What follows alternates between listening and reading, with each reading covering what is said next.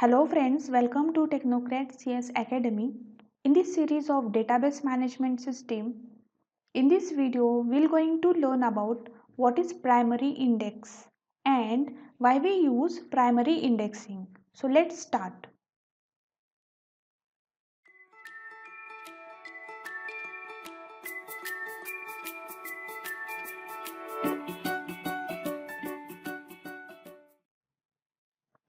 As we discussed in previous video, indexing is one kind of technique which used to fast accessing of data or which used to fast accessing of record, because instead of big data file it's very convenient and to use index file, because index file is too small in size and it helps for fast accessing of record. Now there are types of indexing like primary index. Now what is primary index? If index file if index is built on sorted file, that means what? The main data file is stored in the sorted form. Now as we discussed in previous video, the main file can be of two types. It can be sorted or unsorted. But if we talking about primary index, it's in the form of sorted form. Now primary index is use ordering key field or primary key as a search key. That's why it is called as primary index. Now the main file, or in the main file there are so many attributes present. But if we can use a we can say it is a primary index because we use the primary key as a search key instead of the other attributes. That's why it is called as a primary index. Now there are two types of primary index, sparse index and dense index. And primary index is the example of sparse index. Now, what is sparse index? When all records are not contained in indexed file, that means this is the index file.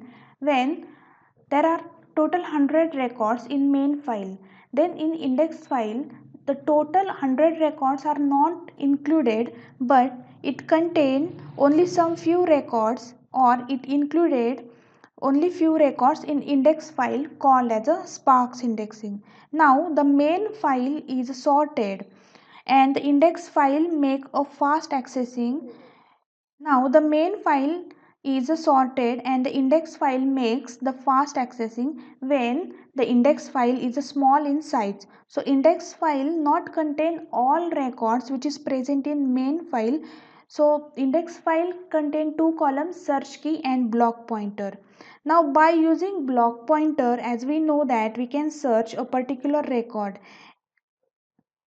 and index file, so the index file not contain all record from main file, and some few records can be make the entry in index file.